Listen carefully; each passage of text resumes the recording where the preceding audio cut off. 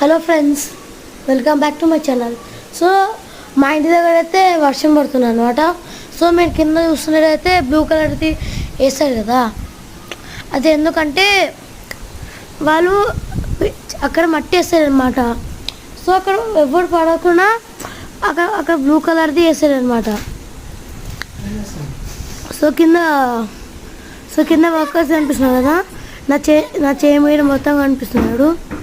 So అంటే మా apartment ఇంకా కన్స్ట్రక్షన్లో ఉందన్నమాట. సో